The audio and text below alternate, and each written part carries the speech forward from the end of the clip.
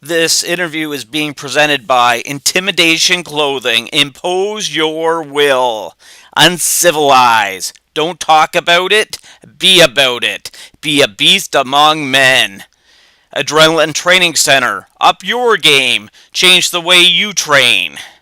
TheDailyPunch.net. Have you gotten your Daily Punch? Area 51 Fight Gear, and MMA Mind Power.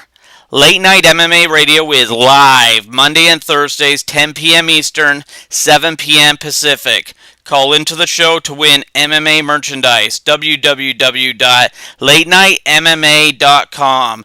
Join the revolution. This is Late Night MMA Radio, and we roll right on. Up next, Tarec Saffiedine. You there, brother? Yes, I'm there. Thanks for having me. Awesome stuff, man. We appreciate you coming on. Tell me, how'd you get the nickname The Sponge? Actually, it's my former coach in Belgium who gave it to me because he was teaching me a lot of technique, and I learned pretty quick. So he said, "Yeah, you're like a sponge. You absorb everything I teach you, and so now we're gonna call you the Sponge." So I stick with it. It's pretty cool, I think. Good name, good name. So talk us through your fight with Tyler Stinson. Yes, Tyler is a really tough guy. He's long, tall. He's not the most technical fighter, but technical stand-up fighter. But he's aggressive and going forward. And so the first one, he caught me pretty good, and he got me with the armbar, and it hurt my arm. So I was pretty rocked in the first round, but then I was able to come back thanks to my coaches. We had to change the game plan, and for the second round and third round, that's when I decided to take him down. And my coach, my corner did a really good job, telling me what to do, and that's what I did. Okay, man. You've had a lot of great fights and wins in the Strikeforce cage. Talk about your greatest moment to this point. I really like my win over Scott Smith because he's a veteran. I used to watch him fighting in the UFC, and before I even started, fighting MMA professionally. So it was a big win for me. I'm a big fan of this, and it was a really big moment for me, I believe. Okay, man. And coming up, is there any word about when your next Strikeforce fight will be? Actually, no. My manager is actually talking to Sean Shelby, I think, this week or those upcoming days, but nothing sure for now. Okay, and where are you training right now, and with who?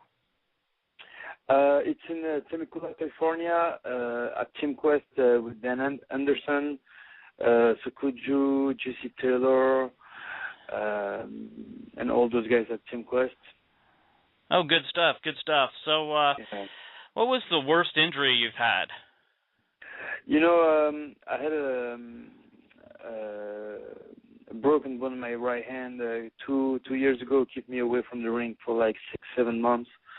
I would say it's my worst injury so far. Okay, and you just recently are coming off injury, correct? Yes, due to the armbar in the fight, it popped my elbow, so I had to take like a month off to heal my injury. Okay, and did you see the fights this past weekend?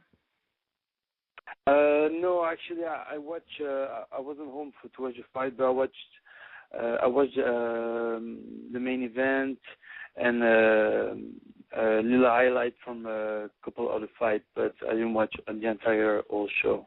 Right, and in the main event, there was the vicious arm bars by Ronda Rousey.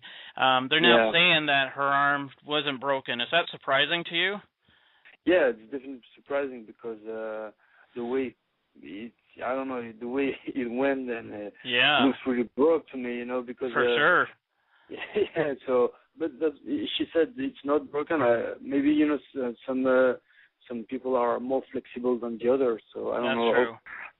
I hope she's okay, and it's not broken. I hope it's better for her.